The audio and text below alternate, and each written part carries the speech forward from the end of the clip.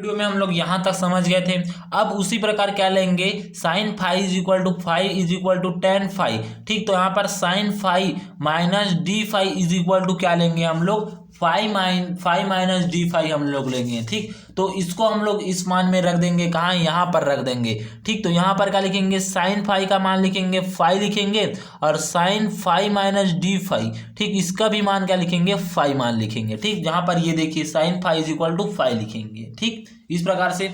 तो यहाँ पर देखिए इस तरफ से देखिए, ठीक, यहाँ पर समीकरण 2 में रखने पर D Y is equal to T phi minus D phi. ठीक, ठीक, फाई माइनस डी फाई। ठीक, साइन फाई का मान क्या लिए हम लोग, साइन फाई का देखिए, ठीक, ये देखिए, ठीक, साइन फाई का मान हम लोग क्या लिए, फाई लिए, और sine phi minus D phi का मान लिए हम लोग फाई माइनस डी फाई हम लोग मान लिए हैं। ठीक, तो यहाँ पर देखिए, ये देखिए, ठीक, यहाँ पर देखिए D Y is equal to T phi minus D phi. तो यहाँ पर T Y is equal to T phi minus T phi, और यहाँ पर टी डी फाई। ठीक, इसको अंदर गुणा कर दिया गया है। ठीक, तो ये फाई से ये फाई कट जाएगा, तो यहाँ पर क्या T Y is equal to T D phi बचा है। ठीक, अब उसके बाद डी फाई, ठीक, एक फाई का मान हम लोग क्या लिए हैं यहाँ पर, ठीक, ठीक, यहाँ पर क्या लिए हैं, ठीक, डी फाई का मान, फाई का मान क्या लिए हैं, टेन फाई लिए। ठीक, यहाँ पर देखिए मैंने लिया है, यहाँ पर देखिए, यहाँ पर ये देखिए, ठीक, इक्वल टू और लिया गया है, ten phi is equal to phi होता है। ठीक, इस फाई का मान हम लोग टेन फाई मान इसी कारण यहाँ पर रखा गया है। ठीक, तो यहाँ पर T Y is equal to T D ten phi हो गया। अब उसके बाद टेन फाई का मान क्या आता है, ये प्रवणता होता है, आपने प्रवणता 11वीं में पढ़ा होगा। प्रवणता का मान क्या आता है, टेन फाई का मान D Y upon D x समान होता है। ठीक, यहाँ पर देखिए D Y upon D x होता है, इस मान को यहाँ पर रख दिया गया है। तो D Y upon D x, जहाँ पर ये क्या है, प्रवणता है। ठीक, प्रवणता है। ठीक, प्रवणता का मान D Y upon D x होता है। ठीक, अब उसके बाद यहाँ पर रख दिया गया है। ठीक, अब उसके बाद क्या किया गया है, T Y is equal to, अब यहाँ पर डी एक्स और यहाँ पर डी एक्स का क्या कर रहे हैं, गुणा कर दिया गया। ठीक, इसको और इसको काटूंगा तो ये वाला प्राप्त होगा, तो उसी प्रकार इसको हम लोग D x upon D x ऐसे करके यहाँ पर लिख दिया गया है। ठीक, तो यहाँ पर ये हो गया, तो डी अपन D X D Y upon D x, और यहाँ पर क्या हुआ है, टी एक्स है, ये डी पहले से है। ठीक, तो यहाँ पर पहले से यहाँ पर है। ठीक, ये बस हुआ है। अब इसका क्या हो जाएगा, एक बार गुणा हो जाएगा, तो डी का डी स्क्वायर में गुणा हो जाएगा, तो डी स्क्वायर हो जाएगा, और डी एक्स का डी एक्स हो जाएगा, तो यहाँ पर डी एक्स का स्क्वायर हो जाएगा, और यहाँ पर डी एक्स हो जाएगा। समीकरण 4 देंगे। अब अल्पांश पी डैश क्यू डैश पर लगने वाला कुल बल, ठीक, तनाव बल। ठीक, मतलब क्या बोल रहा है यहाँ पर देखिए, ठीक, इस चित्र में यहाँ से लेकर यहाँ तक इसके बीच में लगने वाला कुल बल। ठीक, कुल बल क्या लगेगा हमारे पास, कुल बल ये लगेगा is equal to T X plus T Y. ठीक, मतलब यहाँ पर T X plus T Y बल यहाँ पर लगेगा। ठीक, तो बल लगेगा तो इज इक्वल टू क्या लिखेंगे, समीकरण 3 व समीकरण 4 से। ये हमारे पास समीकरण 4 है, और समीकरण 3 का मान यहाँ पर देखिए। ठीक, यहाँ पर देखिए समीकरण 3 का मान T X is equal to 0 मिला है। ठीक, इसका मान हम लोग इसमें इस समीकरण में रख देते हैं, तो 0 plus T D square Y upon D x square, और यहाँ पर डी एक्स हो जाएगा। ठीक, अब उसके बाद क्या लिखेंगे, 0 को नहीं लिखेंगे, तो T D square Y upon D x square, यहाँ पर डी एक्स, समीकरण 5 दे देंगे। ठीक, समीकरण 5 दे देंगे।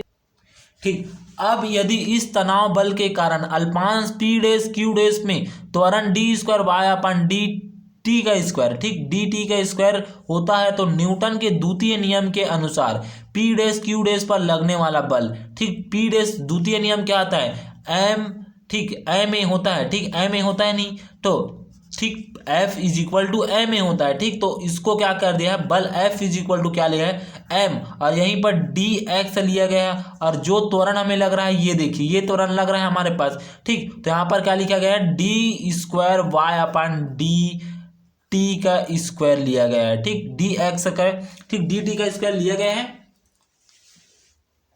ठीक, डी टी का स्क्वायर लिया गया है, तो यहाँ पर क्या किया गया है, यहाँ से, ठीक, इसके जगह एक ही जगह हम लोग क्या लिए हैं, एक ही जगह इसके जगह D square upon D T को लिया गया है। ठीक, तो समीकरण 6 इसको दे देंगे। इस प्रकार से न्यूटन के द्वितीय नियम से आया है। ठीक, अब उसके बाद यदि अल्पांश, ठीक, पी डैश क्यू डैश पर लगने वाले तनाव बल में संतुलन होता है। ठीक, इन दोनों में क्या आ जाता है, संतुलन। ठीक, मतलब पी डैश क्यू डैश पर लगने वाला बल, ठीक, और उस पर हम लोग देखे थे, ठीक, ठीक। और ये जो है कुल बल, ठीक, ये देखिए कुल बल, ठीक, ये भी बल है एक प्रकार का। तो इसका मान क्या लिखा है, T D square Y upon D x square, यहाँ पर डी एक्स है, ठीक। और उसी प्रकार यहाँ पर भी एक बल है, ठीक, ये देखिए एक बल है एम डी एक्स गुणित D square Y upon D T का स्क्वायर, ठीक। तो समीकरण देखिए, समीकरण क्या है, 5 है, ठीक, समीकरण 5। और ये क्या है हमारे पास, समीकरण 6 है। तो समीकरण 5 व समीकरण 6 से, ठीक, दोनों बराबर होगा तो टी क्या हो जाएगा, T D square Y upon D x square, यहाँ पर D X is equal to M D X D square Y upon D T का स्क्वायर। तो डी एक्स से क्या हो जाएगा, डी एक्स हमारे पास कट जाएगा, ठीक। तो यहाँ पर T D square Y upon D x square, इस एम को इस तरफ पक्षांतर कर दिया गया है, ठीक। तो टी अपन एम हो जाएगा, नहीं दिख रहा है आप लोगों को, मैं दिखा देता हूँ, ठीक, ये देखिए, ठीक, इस m को क्या है इस तरफ पक्षांतर कर दिया गया है, ठीक। तो t अपन m हो जाएगा d square Y upon D x square is equal to d square Y upon D T का स्क्वायर हो जाएगा, ठीक। तो यहाँ पर d square Y upon D T का square is equal to t बटे m हो जाएगा, और यहाँ पर d square Y upon D x का स्क्वायर, इसको इस तरफ भी लिख सका जा सकता है, ठीक, इसको इस तरफ लिख दिया, इसको इस तरफ लिख दिया, ठीक। तो इस तरफ लिख दिया गया, ठीक। ये समीकरण 7 दे देंगे। अब समीकरण 7 की तुलना एक विमीय तरंग के अवकल समीकरण से लिखने पर, ठीक, अवकल समीकरण को मैंने बोला था याद करके रख लेना। इसका सूत्र क्या आता है, d square Y upon D T का square is equal to v square, ठीक, d square Y upon D x का स्क्वायर, ठीक। सेम इसी के टाइप दिख रहा है ना ये, ठीक, ये भी d square y square d square d square d square square, ठीक, सेम दोनों में दिख रहा है। तो यहाँ पर से ये देखिए और यहाँ से ये देखिए, ठीक, ये दोनों बराबर दिख रहा है, तो ये दोनों बराबर है, तो ये भी दोनों बराबर होगा, ठीक, इन दोनों को बराबर ले लिया गया है, ठीक। तो इस प्रकार से यहाँ पर देखिए, ठीक, यहाँ पर देखिए, ठीक, यहाँ पर उसी समीकरण को यहाँ पर लिखा गया और दोनों बराबर लिया है, तो यहाँ पर v square is equal to t बटे एम लिया गया है। अब ये इस तरफ पक्षांतर हो जाएगा, तो वी इज इक्वल टू रून टी बटे एम हो जाएगा, ठीक।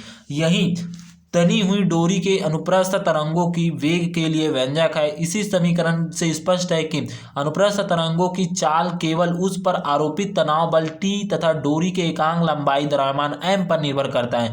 मतलब डोरी पर जो तनाव बल रहा है वो T तथा m पर दोनों पर निर्भर करता है। यही अभिष्ट व्यंजक है करके आप लोग लिख सकते हो, ठीक। यहीं तक आपको सिद्ध करना है, ठीक। यदि आपको तनी हुई दूरी के लिए व्यंजक निकालिए बोलेगा तो यहीं तक आपको सिद्ध करके लाना है, ठीक। धन्यवाद।